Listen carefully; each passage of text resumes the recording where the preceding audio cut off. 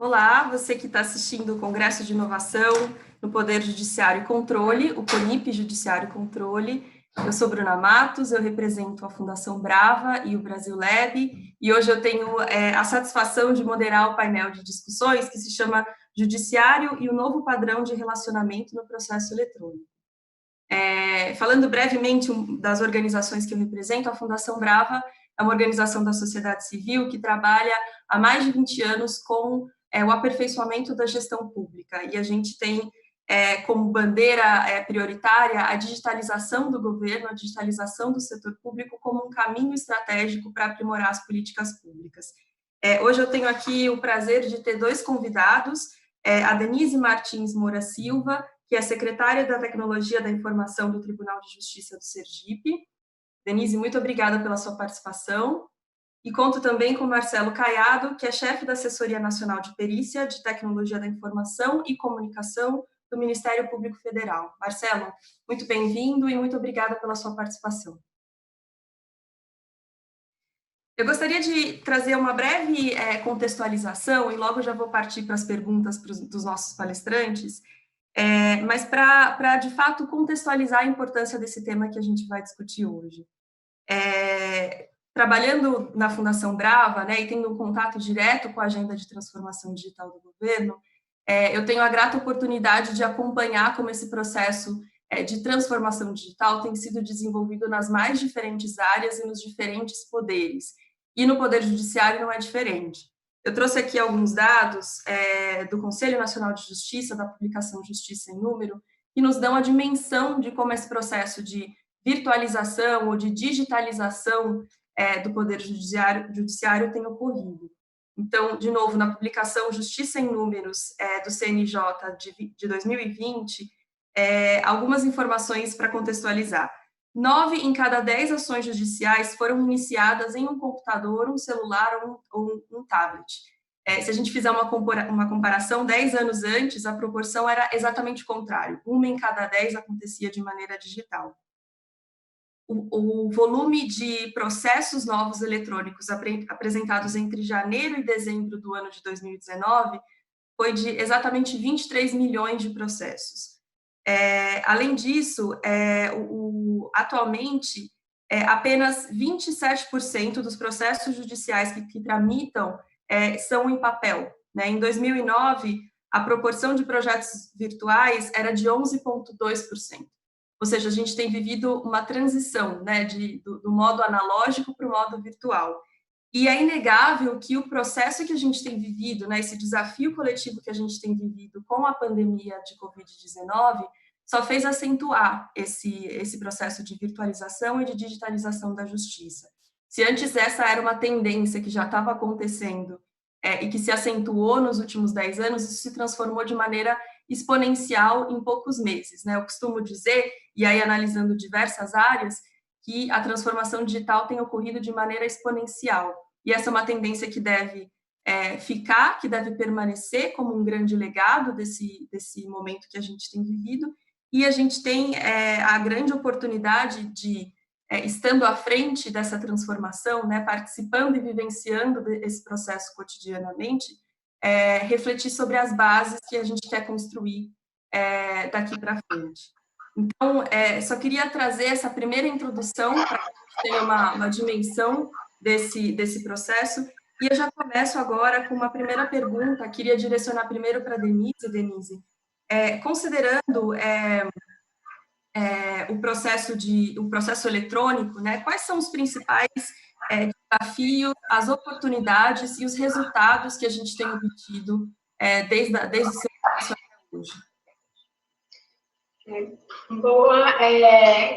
Inicialmente, eu gostaria de congratular, né, com toda a organização do CONIP, né, é um grande congresso de judiciário e controle, né, que iniciou também há um tempo atrás, se não me falha a memória, já é a 15ª edição, 16ª edição, já do judiciário, né, então, inicio agradecendo a oportunidade de estar presente mais uma vez nesse grande congresso que existe, né, e na sequência, eu já gostaria também de contextualizar um pouco como é o meu tribunal, né? Eu falo meu porque eu sou servidora da casa, tá? Então, eu estou como secretária de Tecnologia da Informação, isso já por 10 anos. Dentro do Poder Judiciário, eu já estou com alguns anos ou mais de 20 anos, tá?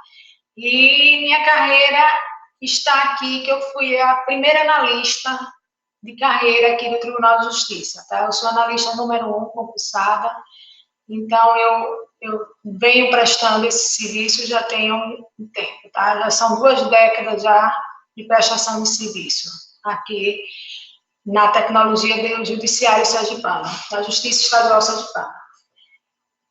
Então, eu inicio falando que nós aqui somos um tribunal 100% digital. 100% digital em que aspecto? Desde 2016 que nós estamos com todos os processos, em todas as esferas, né? Em todas as instâncias, melhor falando, primeira e segunda instância, totalmente digitais. Algum outro processo que ainda está descendo dos tribunais superiores é que estavam aguardando as decisões sendo físico, mas à medida que desce também já está sendo digitalizado. Então, nós estamos já nessa realidade desde 2016, um processo que iniciou em 2006. Então, hoje já são 14 anos de processo eletrônico, de cultura de processo eletrônico dentro do Poder Judiciário sergipano. Aliado a isso, nós também estamos tanto na parte administrativa, por simples, a parte toda de recursos humanos, como também a área de orçamentária, financeira, contratos, licitações, totalmente digital. Isso, inclusive, com o nosso sistema rodando em nuvem. Tá? Então, a pandemia chegou, né, nesse momento, e as dificuldades que nós enfrentamos foram muito poucas, realmente foram, mas não foi numa dimensão maior, né? Então, o que é que eu acho que aqui na liderança, o que é que a gente precisa aprimorar e estar em prática? Então, apesar do nosso judiciário estar totalmente eletrônico, digital, né? Não se fala mais em nada analógico aqui, a gente tem de estar sempre com o olhar voltado para um judiciário que seja 4.0, né? Aquele judiciário onde existem a parte de BI, a parte de inteligência artificial, alguma coisa de blockchain, alguma coisa nesse sentido. Mas que também precisa estar olhando ao que nós precisamos dar de resposta, tanto à própria sociedade, né, os serviços que prestamos para a sociedade, bem como também todo o monitoramento frente ao Conselho Nacional de Justiça. E é com muita satisfação que eu também coloco que o Tribunal de Justiça, por 2 vezes seguintes, 3 vezes seguintes, ganhou o selo de diamante. Tá? E no último ranking que teve, ele obteve o selo de melhor Tribunal de Justiça. Né? Então, isso é uma satisfação muito grande.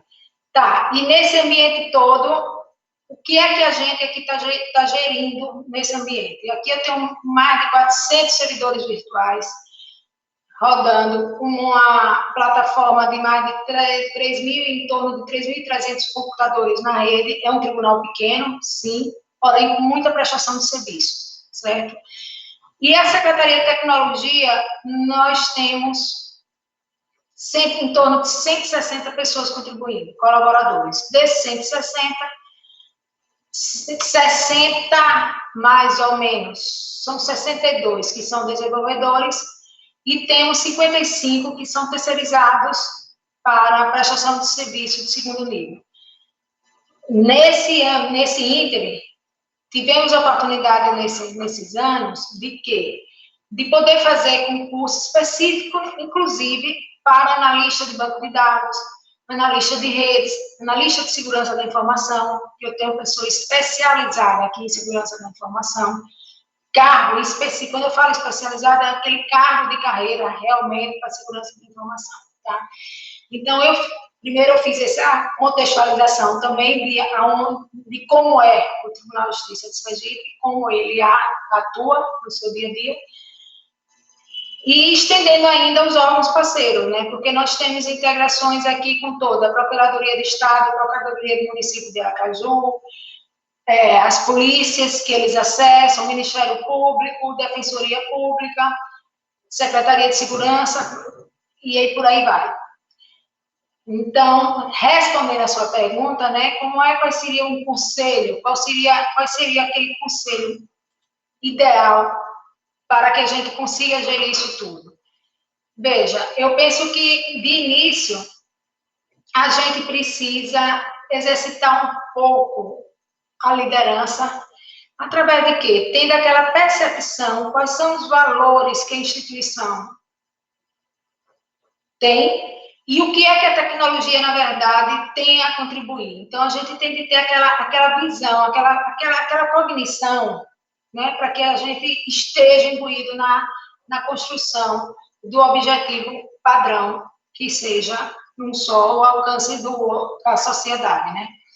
Então, e além disso, com essa flexibilidade, o líder tem que estar atento ao que se quer na instituição, não deve ser aquela característica, aquela de ser apenas um cunho responsivo, mas a pessoa tem de se somar, tem de estar junto, tem de estar alinhado ao que o negócio clama, ao que se quer desenvolver, tá? Aí, quando se diz assim, o que se quer desenvolver, a pessoa tem de agir um pouco de quê? Da criatividade para lidar com isso dentro do seu time também, tá? Buscando uma execução de projetos claramente e bem feito para que se torne aquela execução eficiente. E mantendo o quê? Todo o seu grupo, aquela capacidade, mantendo seu grupo, seu time motivado. Né? Aí você tem de, quando eu falo em time motivado, chega a mim, me emociona, porque quem faz a tecnologia somos nós, as pessoas. A tecnologia daqui do tribunal. Então, o time tem de estar motivado, eu procuro incentivá-los através de fornecimento de treinamento, que nós temos a plataforma aqui para treinamento, aquela valorização, identificar talento, porque nem todo mundo tem talento para tudo. Então, a gente precisa motivar, identificando o talento nato de cada colega meu de trabalho, né? Em cima disso tudo, o que a gente ainda faz? Tem que ter uma capacidade estúpida de negociar, tanto com a esfera, com a própria administração, como também com o seu time, tá? Para que se acorde, para que a gente tente não fugir dos projetos e dentro disso também do que foi nos passado de prazo, né? Então é isso, Bruna, eu acho que é muito bacana e instituir aqui uma governança específica para a área de TI, totalmente alinhada ao próprio planejamento estratégico do órgão.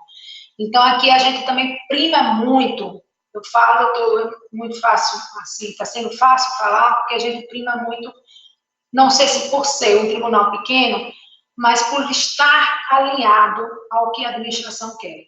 A governança aqui, a gente tem todo um controle das melhores práticas, tá? Dos protocolos de práticas aqui, como a gestão de mudanças, enfim, entre outros tantos que acontecem, e a gente estimula isso internamente aqui dentro da tecnologia, com características bem rígidas com relação, com indicadores fortes de acompanhamento, visando a plenitude de um PDTIC, a contratação do PDTIC.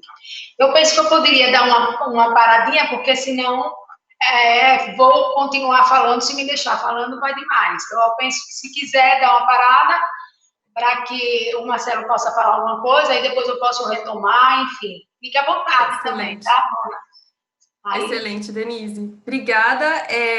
Sim, eu quero muito ouvir, acho que tem outros temas aqui que a gente vai se beneficiar muito da sua visão.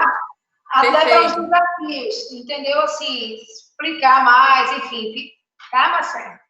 Perfeito. E aí, Denise, eu queria só destacar alguns pontos da sua fala antes de passar a palavra para o Marcelo, que me pareceram, assim, muito interessantes, assim. Primeiro, que o tribunal agora está com o desafio de não só digitalizar, né, a sua atuação, o que já seria grandioso, e muitos órgãos do Poder Judiciário ainda estão nessa fase, mas agora estão trabalhando em tecnologias disruptivas, ou seja, como é que implementa o BI, como é que implementa a inteligência artificial, blockchain. É interessante observar que já se está avançando nessa maturidade tecnológica. Acho que você tocou no tema da integração e da interoperabilidade com outros órgãos da justiça, que também é fundamental. E outros 3 pontos, já passo a palavra para o Marcelo, de como a tecnologia precisa estar a serviço de uma visão estratégica, né? A tecnologia por si só não se sustenta, ela tem que servir como facilitadora do planejamento estratégico, né, do órgão. A importância de indicadores de monitoramento, né? O processo precisa ser acompanhado a todo tempo.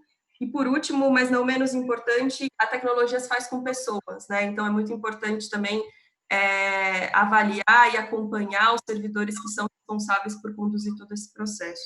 Muito obrigada, Denise. Agora, eu queria fazer a mesma pergunta para o Marcelo. Marcelo, como está sendo desenvolvido o processo de digitalização dentro do Ministério Público Federal? Se quiser compartilhar um pouco desse contexto de oportunidades, desafios, e também quiser trazer um pouco do histórico de como tem sido desenvolvido no órgão, acho que seria muito interessante.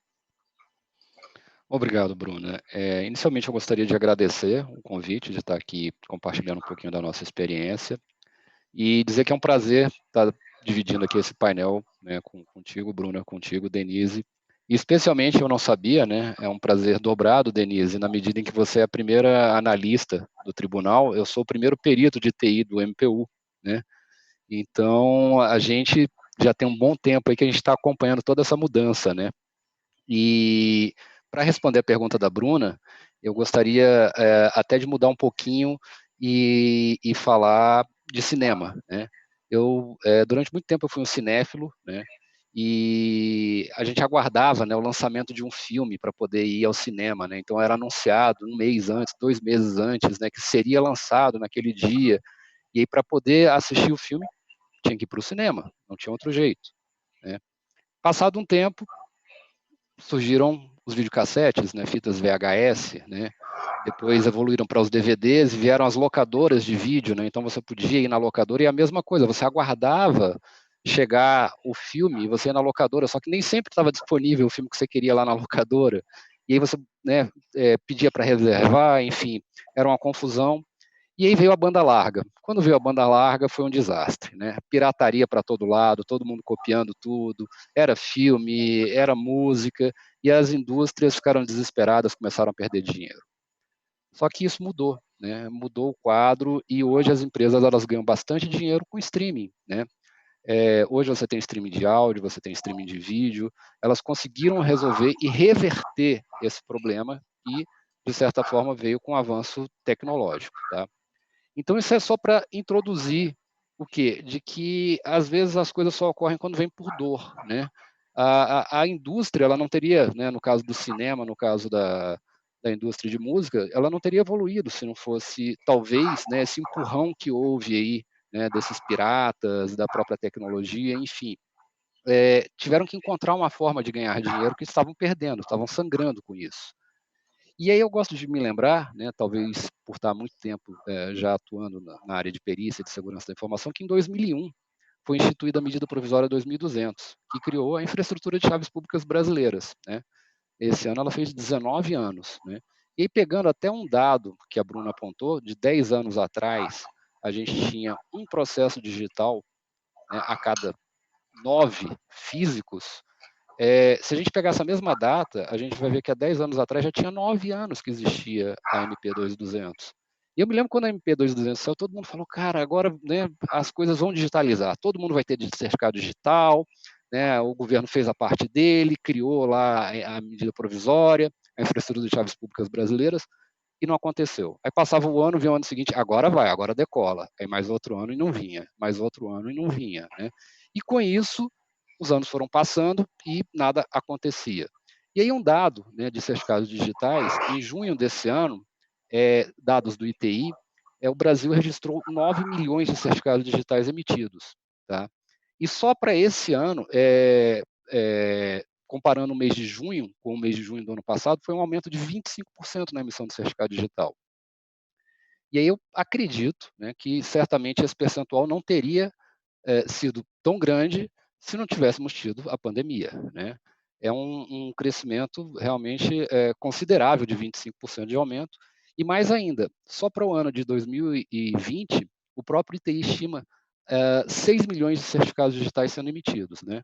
A gente tem que considerar que alguns estão vencendo, né? A gente tem certificado digital A1, validade 1 ano, A3, validade 3 anos, mas é um número considerável, de 6 milhões de certificados sendo emitidos em um ano, né? E isso, mais uma vez, eu acredito que é um número que ele veio em função da pandemia. Então, a gente observa que só com a grande força, né, como a gente mencionou lá na indústria da música, do cinema, né, e agora do certificado digital, que é possível alterar algum padrão de comportamento, né? As pessoas eram habituadas a irem lá nos tribunais, darem entrada no documento físico, assinado, né, reconhecido, firma em cartório, né, e ainda rubricava todas as vias, né? Hoje, com o certificado digital, como é que você rubrica as vias de um documento digital, né? Você não precisa mais disso, né?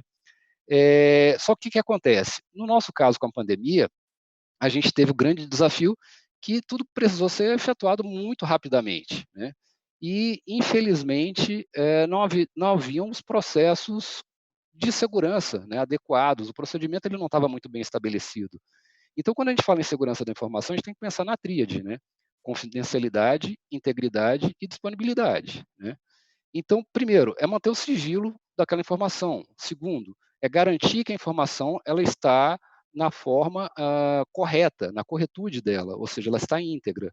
E mais ainda, disponível, ela vai estar ali sempre acessível, sempre que ela for necessária, né? Então, tem que pensar em tudo isso. E, mais ainda, pensar na avaliação de risco, né?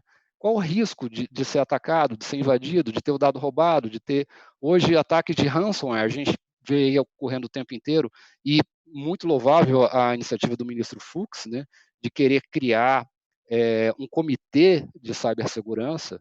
Isso vai ser excelente, realmente estava faltando dentro do CNJ, falta dentro do CNMP, né, que é o paralelo, né, que a gente tem no Ministério Público com a Justiça.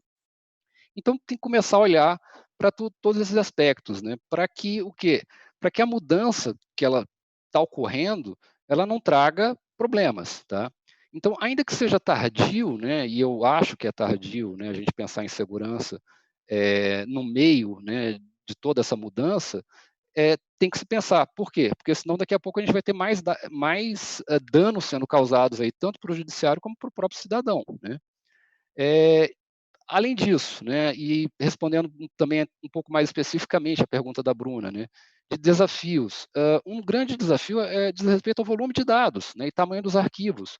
Hoje, um dos grandes problemas que nós temos, especialmente na perícia, né, e no Ministério Público, é enviar arquivo de evidência, um arquivo que ultrapassa o limite. Alguns tribunais trabalham com limites, digamos, de 50 megabytes, e a gente tem que pensar que o recurso de armazenamento ele é finito, ele é caro, né? Ele não é barato, né? Então, se alguém coloca, por exemplo, uma foto, né, em alta resolução dentro de um documento, ou imprime um documento PDF em 300 dpi, isso vai dar um arquivo gigante, se for de muitas páginas.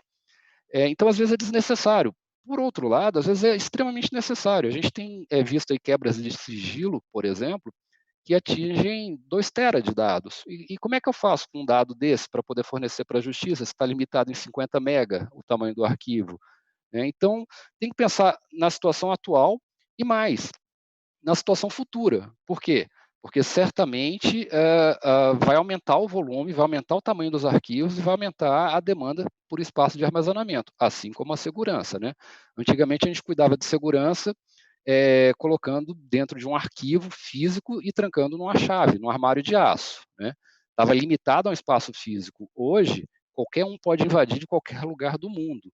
E mais ainda, com o advento da VPN, né, a gente está dando esse acesso a servidores que muitas vezes acessam as redes sem as devidas salvaguardas. Como é que está o computador, né, desse magistrado, desse membro, desse servidor que está acessando o tribunal, que está acessando o Ministério Público, né? Às vezes a gente não tem um controle, né? Então, ele pode ser ele próprio um vetor, né? independente de outras questões externas que tentem acessar e violar a segurança. Então, assim, eu vejo que a gente teve um resultado que ele veio lento, né? Mas ele se fez e está se consolidando nesse ano de 2020. É uma oportunidade também, né? Infelizmente, a gente tem que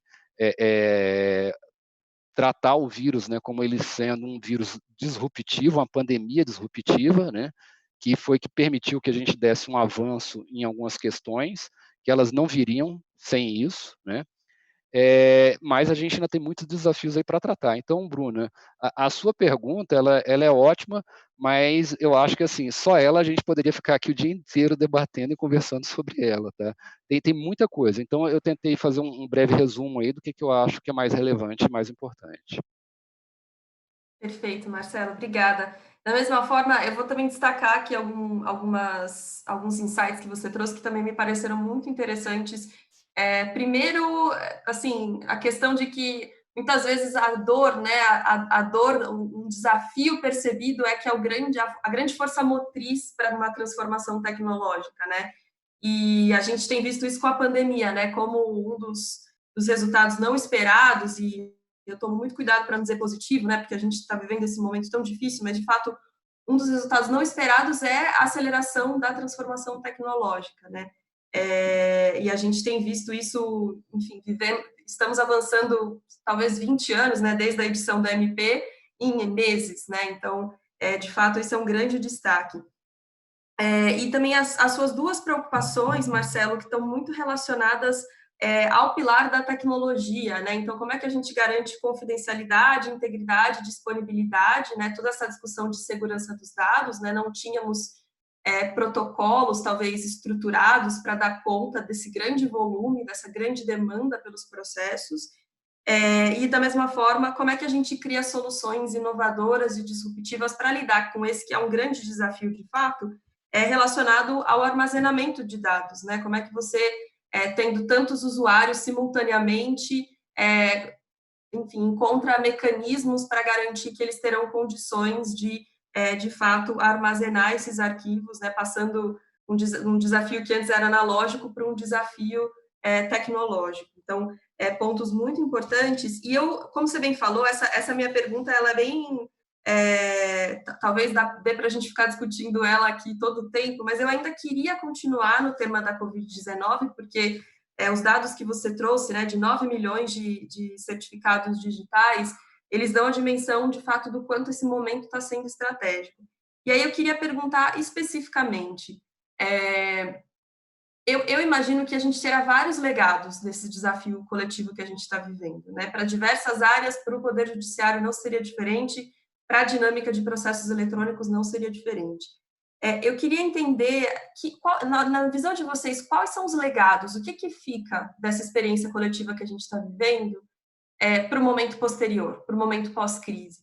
E aí, queria colocar uma outra pergunta embaixo dessa. O que esses legados vão demandar em termos de habilidades dos operadores do direito, né, dos magistrados, das pessoas que estão utilizando esses sistemas digitais da justiça, né? Então, quais são os legados e o que vai ser demandado em termos de habilidade desses atores?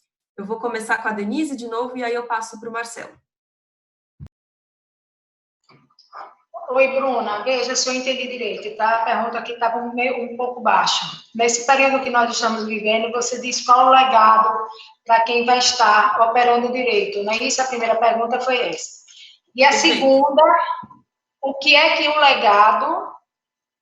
Eu não entendi o que seria. Na sequência, você disse o que é que o legado... Aí eu não entendi. Sem problemas. Denise, eu repito. Considerando esse legado, né, considerando o que fica para depois da pandemia, o que vai ser necessário em termos de habilidade dos operadores do direito para, enfim, performar de maneira adequada? O que vai ser exigido das pessoas para operar essa tecnologia?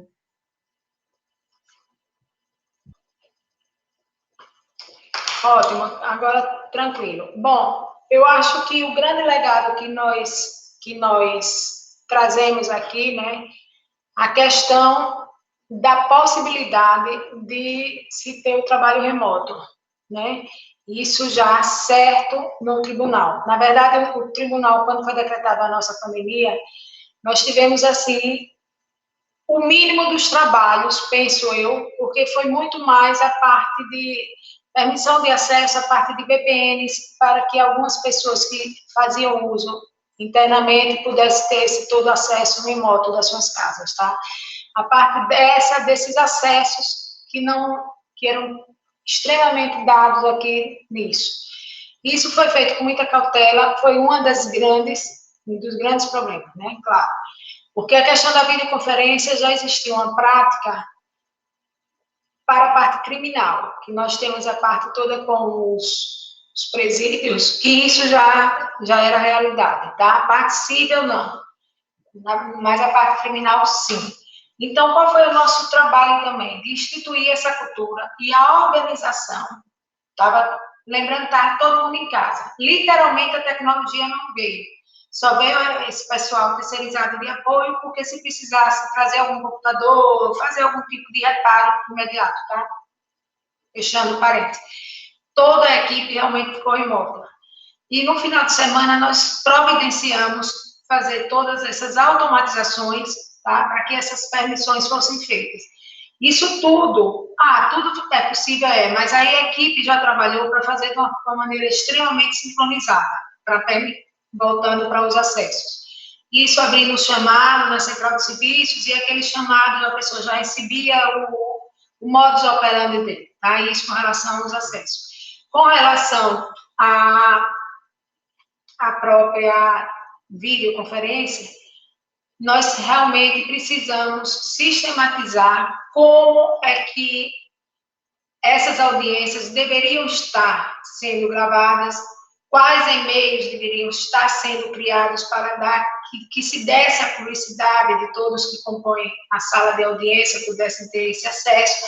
Então, eu me preocupei muito em fazer uma sistematização para que nos computadores de suas residências, tá, tanto o servidor que apoia a realização de audiência, quanto o próprio magistrado recebessem uma cartilha para que aquela audiência não se perdesse, não ficasse somente ali naquele computador, e sim fizesse a carga para o nosso ambiente, para que nada estivesse longe, e ao mesmo tempo pudesse ser anexado ao nosso processo.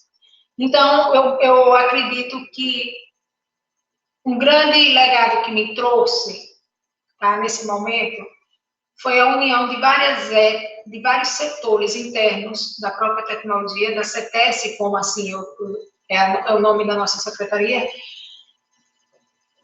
buscar várias áreas buscando um objetivo comum, que era a resguarda do dado do Tribunal de Justiça. Então, diretoria de atendimento ao usuário, muito à frente, a parte de infraestrutura, diretoria de desenvolvimento de sistemas extremamente unidas.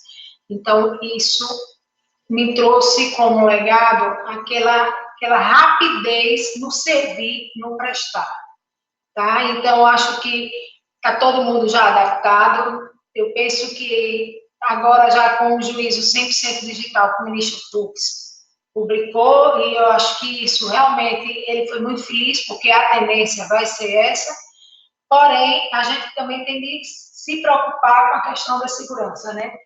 A parte da segurança da informação, a segurança do dado, que isso daí é muito complicado, muito peculiar.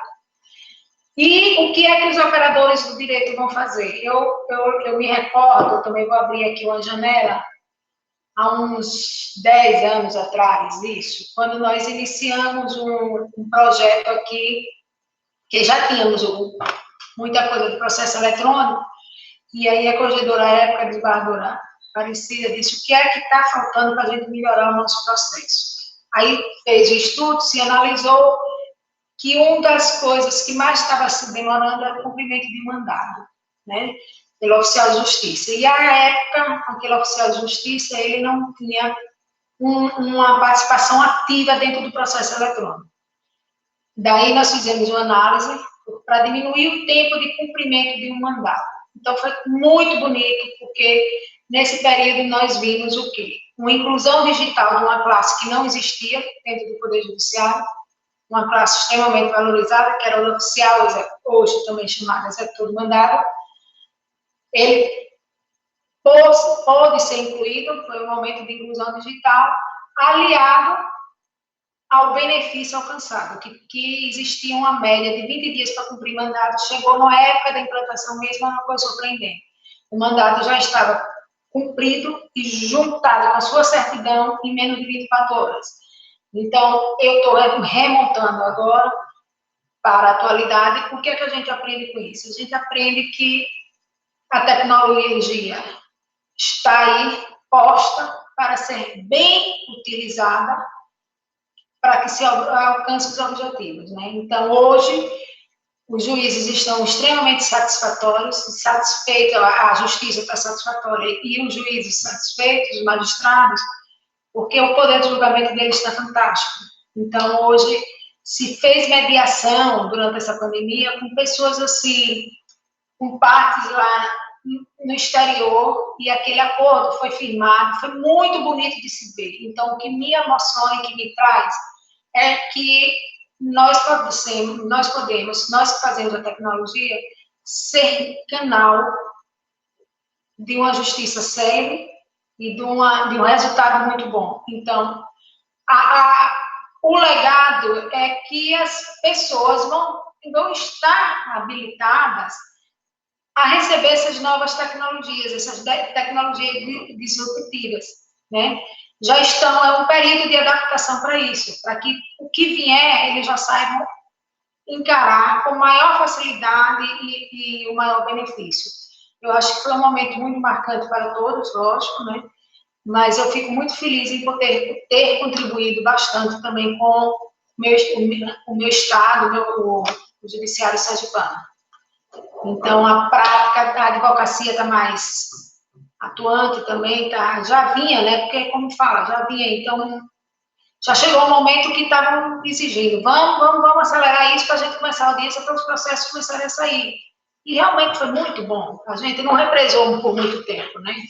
Então, é muito bom que todos saibam que o Poder Judiciário sergipano é muito forte na tecnologia no uso, e a pessoa tem se manter incluído nessa tecnologia. Então, a inclusão digital é muito boa. Eu sou fã disso. Com segurança, hein, gente? Lembrando sempre que tem que ter a questão de segurança da informação. Perfeito, Denise. Acho que você toca num ponto muito relevante, que é exatamente como a digitalização dos processos ela traz eficiência e celeridade, né, para o processo da justiça, né? Imagina, não sei se eu entendi errado, mas você estava relatando um processo de conciliação que envolveu pessoas que estavam fora do Brasil, né? Antes isso seria praticamente impossível. Então, eu fico bastante contente como cidadã de ver que a expectativa é que é isso, a eficiência e a celeridade da justiça seja um legado desse desafio que a gente está vivendo. E, óbvio, o tema do trabalho remoto, acho que também é uma realidade, e você também toca de novo na importância da segurança da informação, da segurança dos dados, que isso deve ser algo que a gente precisa trabalhar, né, junto com a formação de pessoas, a valorização e a inclusão digital de todos os operadores envolvidos no processo eletrônico, de como eles precisam de fato ser incluídos e estarem aptos, né, a operar as tecnologias que estão ali disponíveis. Queria também ouvir o Marcelo. Marcelo, considerando tudo que a Denise trouxe, o que você acha que como um legado para esse momento posterior à crise, e como é que a gente prepara as pessoas, né, para esse período que, enfim, deve ser marcado pela continuidade desse uso tão acentuado das tecnologias. Sim, Bruna, eu acho que a Denise ela pontuou muito bem, né, os principais aspectos aí, né, e eu só queria trazer um dado a mais, né, a gente olhando as informações disponíveis no CNJ para distribuição de processos no ano de 2020, a gente tem ali em janeiro mais ou menos 700 mil processos, em fevereiro 750, em março 860, e aí em abril, né, que foi quando a pandemia começou e o lockdown foi implementado, caiu para 530 mil, né? Então, isso mostra o impacto grande, né, que a pandemia teve, mas, por outro lado, em maio, né, já teve uma retomada, foi para 620 mil. Em junho, a retomada continuou, né, e foi para 730 mil processos. Então, isso mostra o quê? Primeiro e o maior legado, né? Sem o PJE, o ano de 2020 teria sido um verdadeiro desastre para a justiça brasileira, né? Graças a ele, a gente conseguiu trazer e colocar a justiça funcionando e atender o cidadão, né? Então, assim, além do próprio processo eletrônico, né, e isso é extremamente louvável, a gente tem que ver a questão, né, como a Denise até mencionou bem aí o caso, né, do uso da videoconferência, né, para uma conciliação no exterior, é a ferramenta de videoconferência, né? Então, o próprio CNJ teve a iniciativa de disponibilizar uma plataforma única, né, para os tribunais, e isso, na minha opinião, sob a ótica inclusive de segurança e pelo lado até do cidadão, é extremamente válido, tá? Porque hoje a gente tem várias e vários ambientes, várias e várias plataformas. E se a gente começa a colocar cada tribunal com uma plataforma diferente, né, daqui a pouco o cidadão ele fica perdido no meio de tantas plataformas. No próprio MPF, a gente está passando por um momento de transição que a gente vai contratar uma plataforma e nos últimos meses a gente teve que trocar de plataforma. E isso eu vejo, é doloroso, né? Uma curva de aprendizado, né? Você sai da plataforma A para a plataforma B, é completamente diferente o uso. Então, eu acho que tomara que o CNJ faça uma ata de registro de preço para que os tribunais possam aderir e terem uma plataforma única de videoconferência, né? Eu acho que mesmo o CNJ, né, e o ministro Fux já se manifestou nesse sentido, não forneça uma plataforma, pelo menos tenhamos a questão da ata de registro para permitir essa unificação. Para mim, ela é bastante importante na medida em que, em primeiro lugar, como eu mencionei, facilita a vida do usuário, né, do advogado, do cidadão, dos magistrados, membros de todo mundo que for utilizar, dos servidores, e mais ainda, diminui a superfície, porque a gente vê inúmeros reportes de vulnerabilidades nessas plataformas, né? Então, além da própria vulnerabilidade tecnológica, às vezes o próprio usuário não sabe operar direito e ele termina colocando uma brecha na qual ele não sabe e aquilo ali termina, se for um conteúdo sensível, podendo vir a público, né? Então, eu acho que o legado é esse, né, de que as ferramentas tecnológicas estão aí, elas permitem a utilização, elas vieram pela dor, né? Então a gente aprendeu que elas estão aí, elas podem ser utilizadas, elas facilitam a vida. E eu acho que o importante é que os usuários saibam operá-las, né? É um pouco temerário, né, a gente colocar essas ferramentas sem usuários saberem usar, e mais ainda se a gente começa a diversificar muito, né? Então eu espero sim que o CNJ consiga, não estou falando aqui em definir e nem obrigar nenhum tribunal, porque isso daí também às vezes é complicado, né, de achar que está havendo uma ingerência, né, por parte do CNJ, mas de dar pelo menos a oportunidade que os tribunais possam aderir a uma ata para uma plataforma única, né, que na minha opinião seria uma grande solução para o cidadão e para os usuários, tá? Então, o legado é esse, tá? De que a gente evitou o desastre, né, na justiça brasileira, tendo o processo eletrônico, e ele se mostrou sólido na medida em que a gente vê os próprios dados dos processos divulgados pelo CNJ, né, com a grande queda em abril, mas uma retomada em maio e junho. Perfeito, Marcelo. Excelente ponto. Acho que você traz uma reflexão interessante de que, como eu falei no início, a gente tem agora a oportunidade de criar as bases do que virá depois, né? E tanto melhor se a gente puder, por exemplo, ter um sistema consolidado, um sistema que é amigável ao usuário, que as pessoas consigam usar e que, em alguma medida, garanta essa interoperabilidade entre os diversos órgãos da justiça. E, de fato, acho que aí tem uma questão, né? Como é que a gente garante esse instrumento que vai viabilizar a continuidade do uso dessa tecnologia? Que é um ponto bastante interessante. E agora eu já estou caminhando para o final.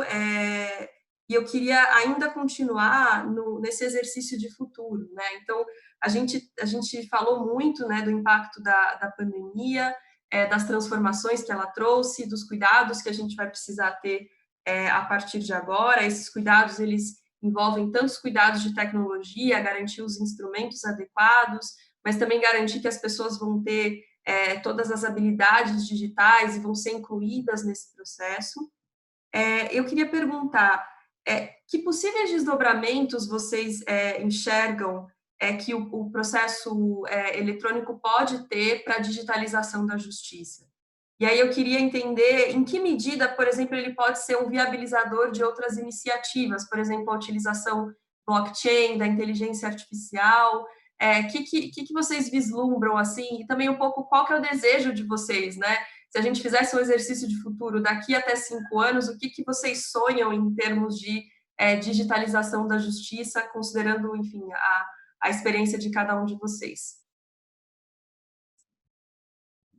Eu vou seguir a ordem e pedir para a Denise começar. Ok. Então, na verdade, eu vou responder pela vivência que eu tenho, né? Aqui já são 14 anos de processo eletrônico, né? Então, o que é esse processo eletrônico? Eu gostaria de abrir um parêntese aqui, Marcelo, na verdade, no sentido de que o processo eletrônico judicial caseiro é desenvolvido por nós aqui, tá? Meus colegas, minha equipe. Então, nesse período de 14 anos, o que o processo eletrônico traz também é que não é simplesmente só digitalizar as peças, agregar peças e dizer, não, digitalizei. O que nós percebemos, como eu até falei aquele exemplo, né, que nós tínhamos instalado, e aí, o que a gente precisa melhorar mais? São otimizações de processo de trabalho em si, rotinas de trabalho que muitas vezes, naquele ambiente físico, papel e tudo, você só se depara com papel, com aquela rotina de estar carimbando, enfim. O processo eletrônico lhe traz mais uma mobilidade de você otimizar a rotina de trabalho. Então, aqui nós temos o costume de sempre verificar o que de melhor nós podemos estar prestando para aquele que está trabalhando no processo eletrônico. Então, assim, com relação às novas tecnologias, com certeza, isso daí não é o que vai acontecer, já está acontecendo. A gente sabe que a parte de blockchain pode ser utilizada em muita coisa, sim, em alguns cadastros, por exemplo, vou dar um exemplo, nacional de mandado de prisão, pode-se usar isso. Aquela central de cartórios para a gente ver como é que para dar certidões, também pode ser feito isso. E inteligência artificial, claro que tem, aqueles tribunais, gente, que tem muito processo parado, aquela coisa que são decisões reiteradas e que com a automação, eu não falo nem tanto com a própria uso da inteligência. Claro que com a inteligência, sim, mas a inteligência precisa de uma massa densa de dados também para que tudo aconteça. E isso, para fazer melhorias, fantástico. Então, já é uma realidade, entendeu, Bruno? Aqui no vários tribunais, isso já passa a ser realidade, sim. Porque a gente pode cortar a volta aqui e fazer integração e fazer automação, aquela coisa de fluxo inteligente de trabalho. Eu faço isso, o que é que eu devo fazer aquilo? Isso aqui, realmente, a gente prima para o melhor e ter o mínimo de trabalho manual. É fantástico isso. Né? Perfeito, Denise. Acho que esse ponto é bem interessante mesmo, como que a tecnologia otimiza as rotinas e libera as pessoas para que elas possam desenvolver atividades que sejam mais estratégicas, que de fato se beneficiem da humana, né? E que façam uma melhor gestão. Né? O nosso sistema mesmo, aqui de controle processual, tem um painel para o chefe de secretaria, o painel do magistrado, que traz aquele monte de indicador. O que é que está faltando, o que é que precisa. A parte de integração bancária, gente, que é fantástico isso também. A gente aqui tinha uma parte de precatórios, que quem recebe precatório demora, né? A pessoa envelhece, aí vai para a fila para receber. Gente, isso aqui não existe mais. A gente não vê as pessoas transitando dentro do Tribunal de Justiça, porque é tudo automatizado. Os pagamentos já caem direto na conta, enfim. É tudo muito, muito mais tranquilo. Claro que mantendo o nível de segurança em tudo que é feito. Excelente, Denise. Passo agora para o Marcelo. Então, eu gostei muito das falas da Denise, porque eu sou da área de perícia, de segurança, né? Então, quando eu ouço alguém, né, mencionar tão fortemente a segurança, eu fico bem feliz e satisfeito, porque, infelizmente, às vezes a segurança e a própria TI, né, ela é vista como um centro de custo, né?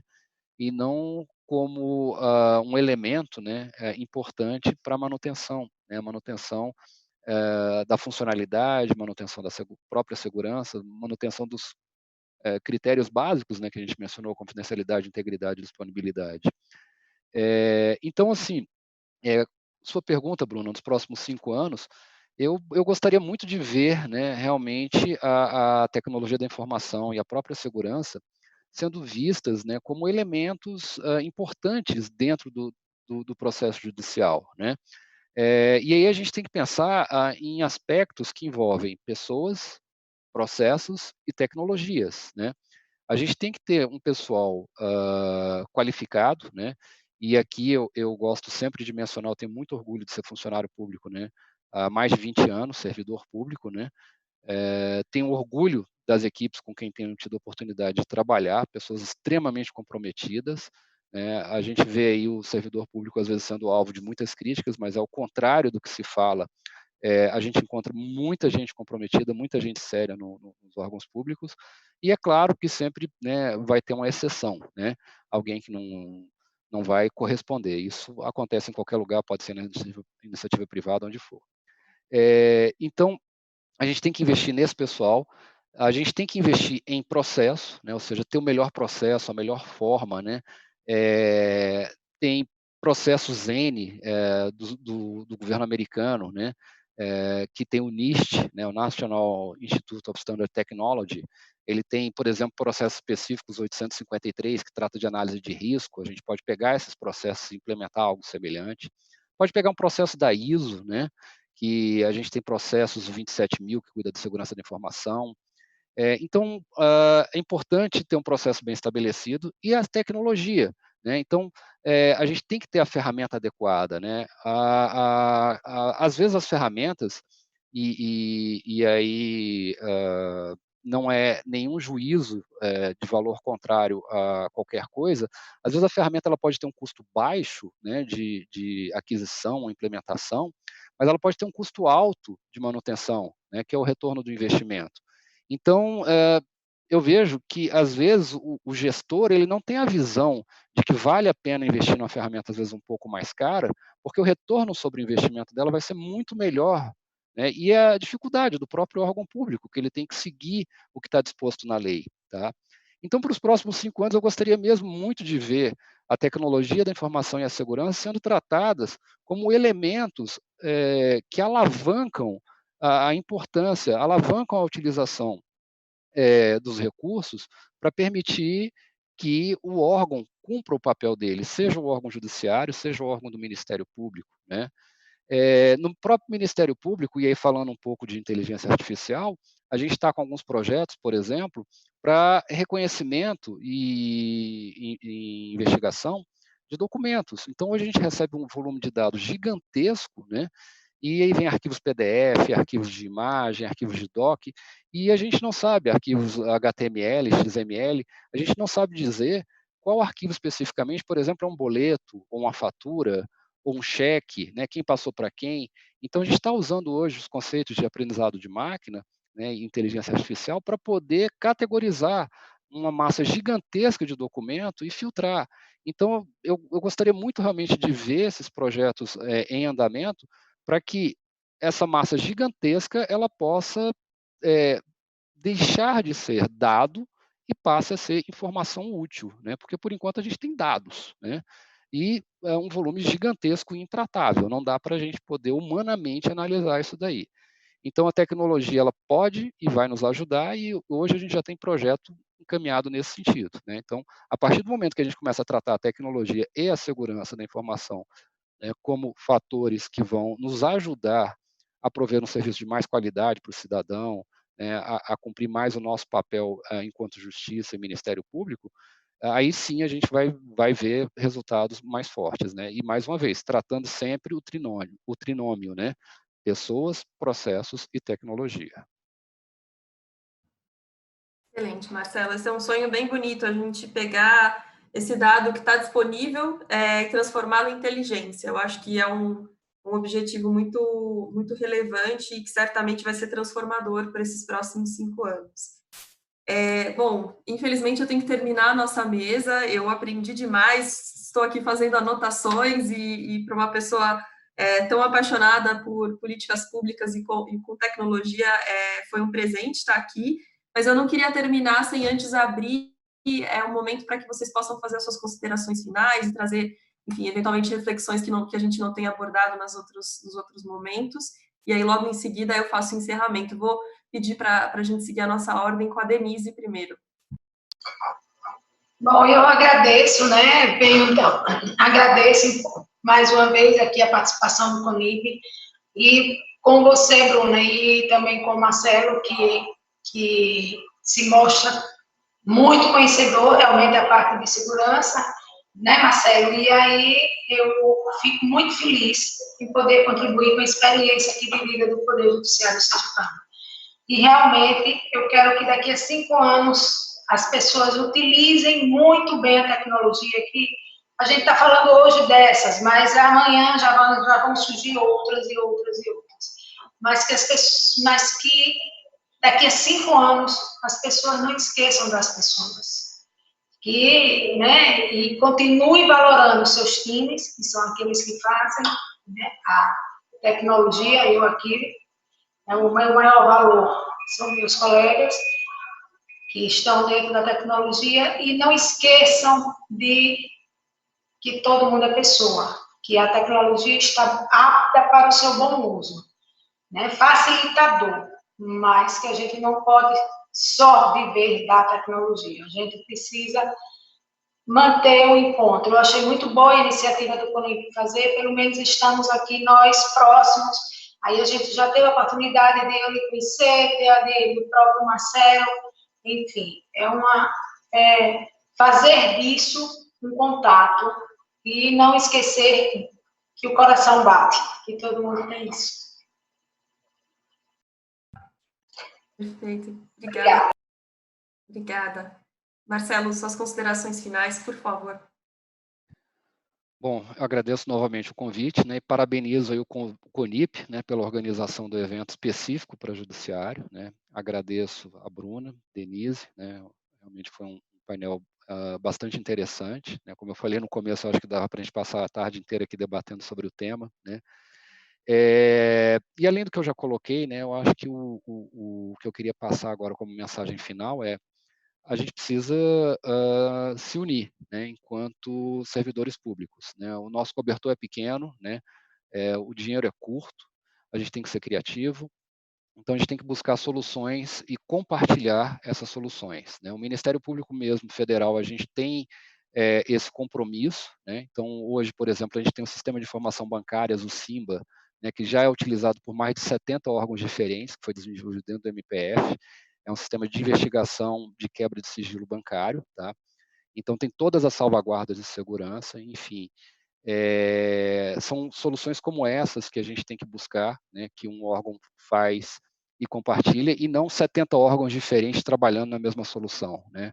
Isso não seria muito inteligente e certamente é um desperdício de recurso. Então, a minha mensagem final é só essa: vamos nos comprometer, vamos compartilhar informações e assim, vamos nos ajudar, né? Porque só assim é que a gente vai conseguir realmente prover ao cidadão, né, um valor maior, né, e cumprir melhor ainda o nosso papel de servidor público, né? O nome próprio cargo diz isso, servidor. A gente está aqui para servir as pessoas, servir o cidadão, né? Então, mais uma vez, obrigado, e a gente fica à disposição lá no Ministério Público, se alguém quiser entrar em contato, qualquer questão aí que a gente já levantou. Mais uma vez, obrigado. Obrigada, Marcelo. Obrigada, Denise. Então, eu encerro aqui a nossa mesa. Não sem antes agradecer ao CONIP pelo convite. De novo, foi um prazer moderar essa mesa e conhecer Denise, Marcelo e as experiências do Ministério Público e do Tribunal de Justiça de Sergipe. E também te convidar, você que está assistindo, a acompanhar toda a programação da CONIP. Tem diversos temas, todos muito interessantes e muito atuais. E é isso. Obrigada mais uma vez. Até mais.